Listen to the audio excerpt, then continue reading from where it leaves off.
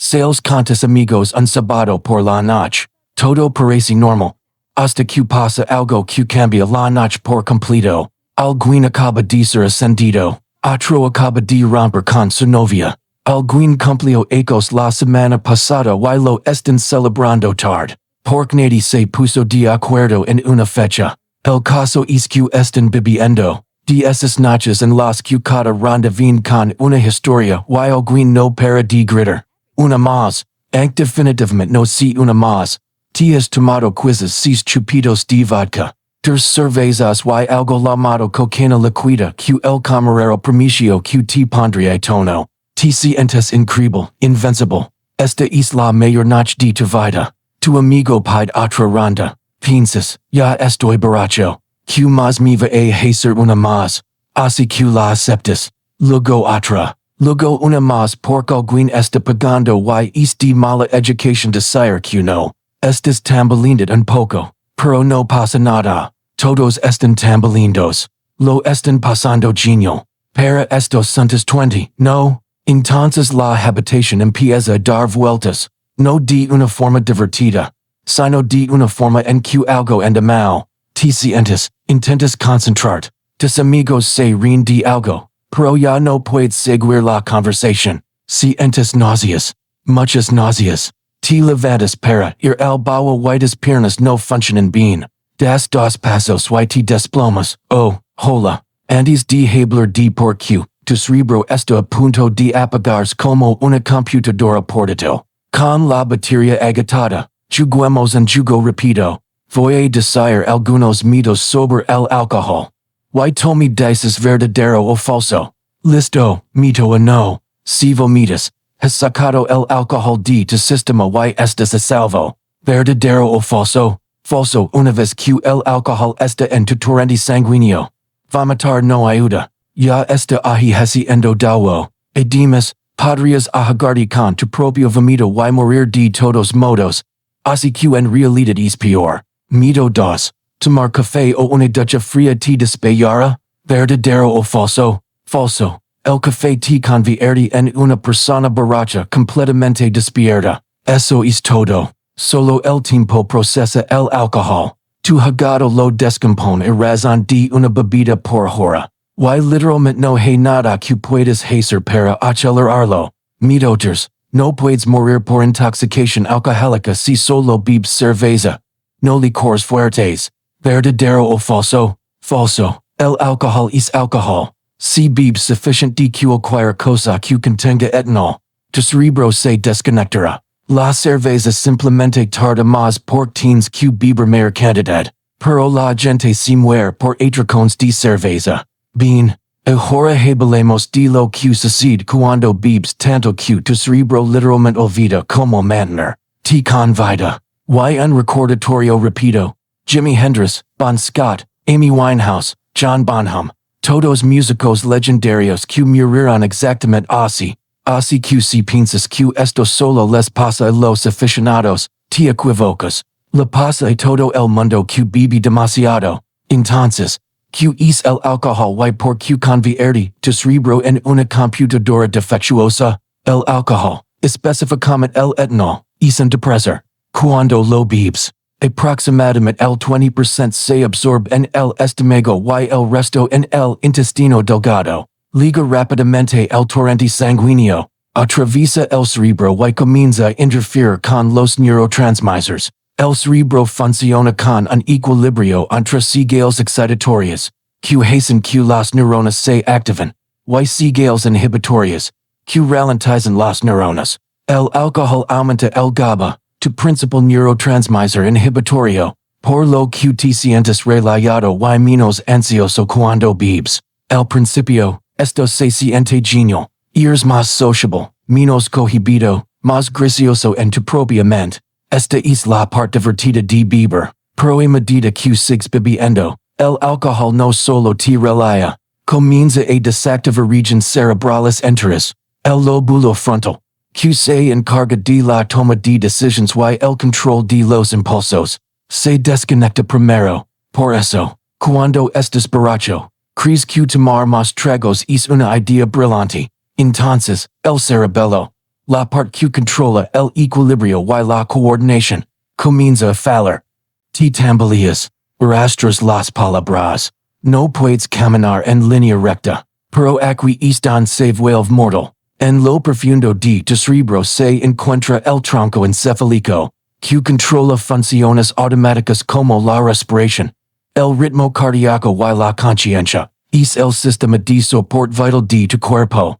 Cuando tu concentración de alcohol en sangre es lo suficientemente alta, generalmente entre el 0,3% y el 0,4%, el alcohol al 4% comienza a desactivar tu tronco encefálico, específicamente, desactiva tu centro respiratorio, que es la parte que la indica a tus pulmones que respiran. Tu respiración se ralentiza, luego se vuelve irregular, luego se detiene por completo. No eliges dejar de respirar. Tu cerebro simplemente olvida cómo hacerlo automáticamente. Al mismo tiempo, pierdes el conocimiento y tu reflejo nauseoso deja de funcionar, lo que significa que si vomitas, y probablemente lo harás, no puedes expulsarlo tosiendo, va a tus pulmones en lugar de salir por tu boca. Así que tienes dos maneras de morir. Tu cerebro deja de indicar que respiras, o te ahogas con tu propio vómito. A veces suceden ambas. De cualquier manera, no estás recibiendo oxígeno y tu cerebro muere en aproximadamente por a 6 minutos sin él.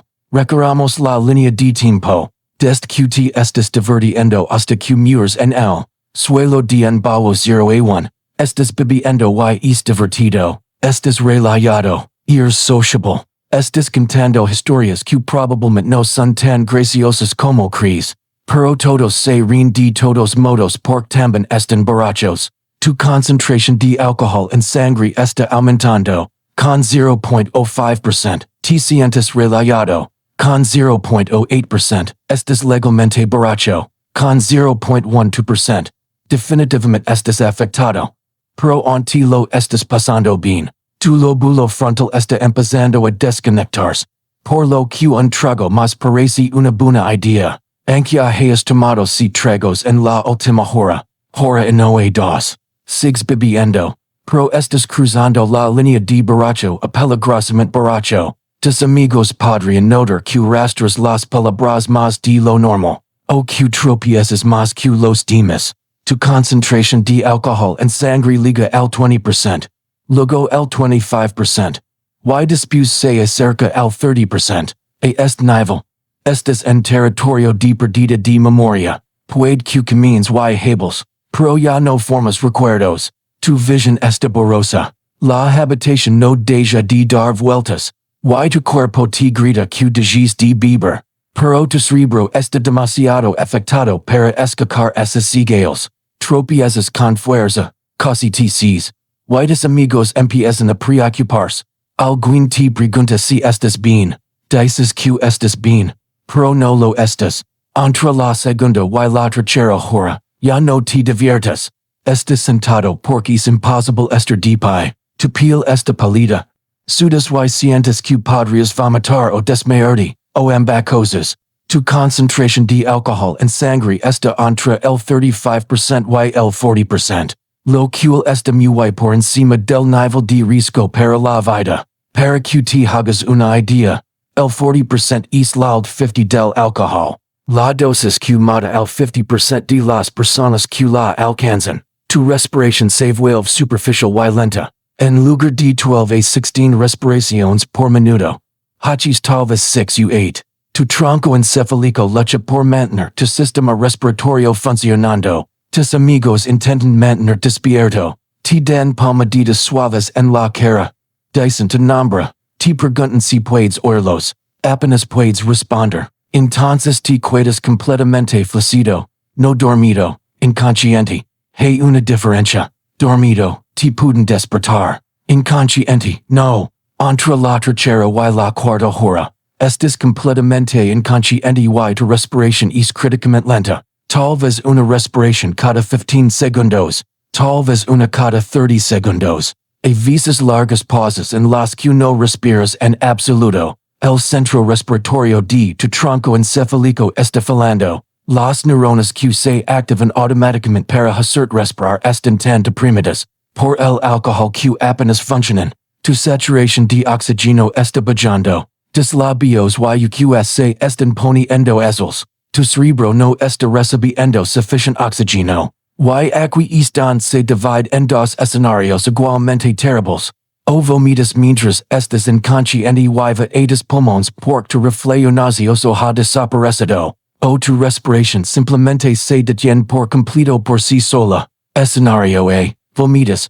Pero como estás inconsciente y tu reflejo nauseoso no funciona, el vómito no sale de tu boca.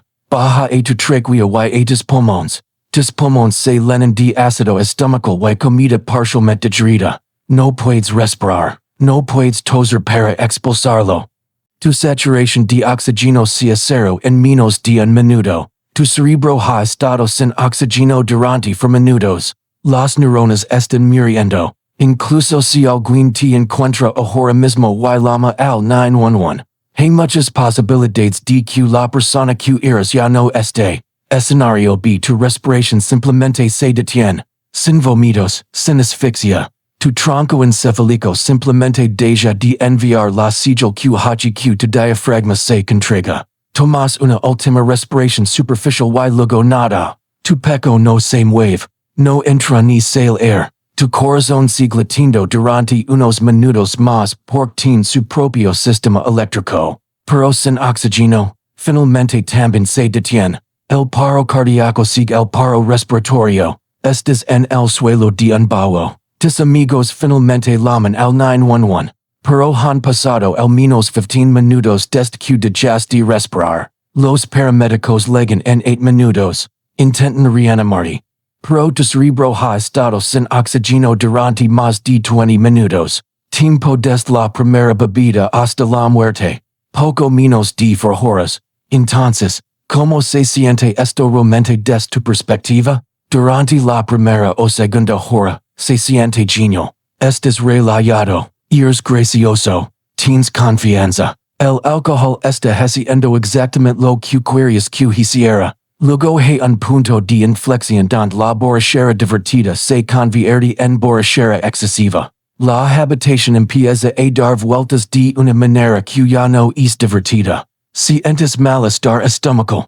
Estás sudando aunque tengas frío. Estás luchando por mantener erguido y luchando contra oleadas de náuseas al mismo tiempo. Tu cerebro intenta enviar señales de advertencia. Deja de beber. Necesitas agua. Necesitas sentarte.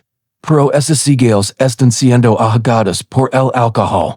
Entonces tu conciencia empieza a desvanecerse como una mala conexión. Estás consciente por un momento, luego nada. Luego consciente de nuevo. Pero no sabes cuánto tiempo pasó. Lo último de lo que probablemente eres consciente es de sentir realmente enfermo y realmente cansado. No cansado de sueño, sino cansado de desconectar. Y entonces todo se oscurece.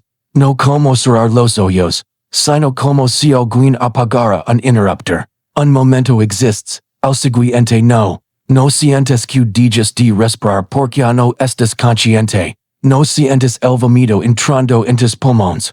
No sientes que tu cerebro muere por falta de oxígeno. No hay dolor, ni pánico, ni momento de comprensión. Simplemente te desvaneces, lo que sueña pacífico. Excepto que tienes 23 ecos y moriste en el suelo de un bajo porque bebiste demasiado en un bar. Un bajo de realidad. Alrededor de 2,200 personas mueren por intoxicación etílica cada co en Estados Unidos. Esos son 6 personas al día. Y alrededor del 76% de ellas son adultos de entre 35 y 64 ecos.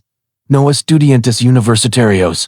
Aunque muchos estudiantes universitarios también mueren de esta manera. El problema es que el consumo excesivo de alcohol, definido como 5 o más bebidas en aproximadamente 2 horas, está completamente normalizado. Es lo que haces los fines de semana, en fiestas, durante celebraciones, después de rupturas amorosas.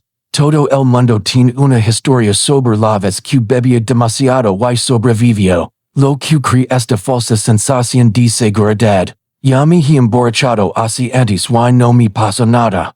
Así que esta vez tampoco. Pero la tolerancia al alcohol varia según el peso corporal, el sexo, la genética, lo que hayas comido, la velocidad a la que bebes y una docena de factors más. Lo que no te mato el fin de semana pasado podría matar esta noche. Y aquí viene lo peor.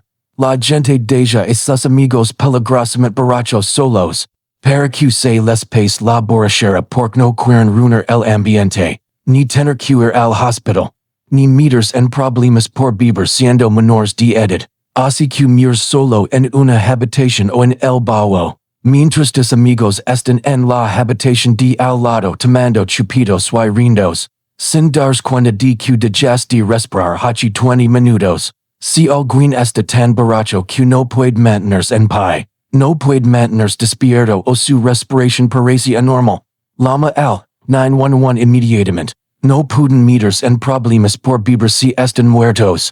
Y tú no puedes meter en problemas por salvaros la vida. Así que ahí lo tienes. Intoxicación por alcohol, lenta, preventable y mucho más común de lo que nadie quiere admitir. La buena noticia es que puedes beber sin morir. Bebe con moderación, bebe agua y no te tomes 12 chupitos en 2 horas. La mala noticia es que si ignoras todos esos consejos, tu cerebro podría olvidar cómo mantener con vida. Así que quizás la persona que se detiene en 5 copas en lugar de 15. Es si la persona que llama al 911 cuando tu amigo no responde. Es si aburrido. Es si en aguafiestas vive.